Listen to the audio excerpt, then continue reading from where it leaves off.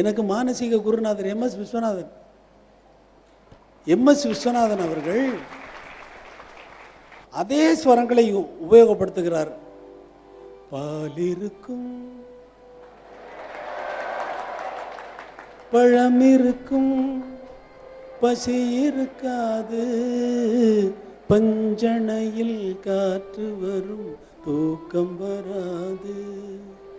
பால் இருக்கும் ஆஜாரே மாயிரே, பால் இருக்கும் ஆஜாரே ஆஜாரே பழம் அப்படின்னு ஒரே சுரங்களை ஒவ்வொரு கம்போசரும் எவ்வளவு சிறப்பாக வெளிப்படுத்துறாரு. இது காப்பி அடிக்கிறது இல்லை, இது காப்பி அடிக்கிறது. இவர் கம்போஸ் பண்ணுறது அவருக்கு தெரியாது, அவர் கம்போஸ் பண்ணுறது இவருக்கு தெரியாது.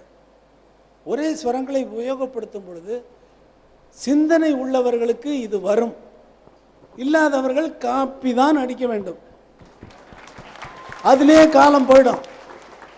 எந்த பாட்டை எடுக்கிறதுங்கிறதுலே உனக்கு வயசு போய்டும்டா. காப்பி அடிக்காத, சொந்தமாக கொஞ்சமாவது சிந்தி.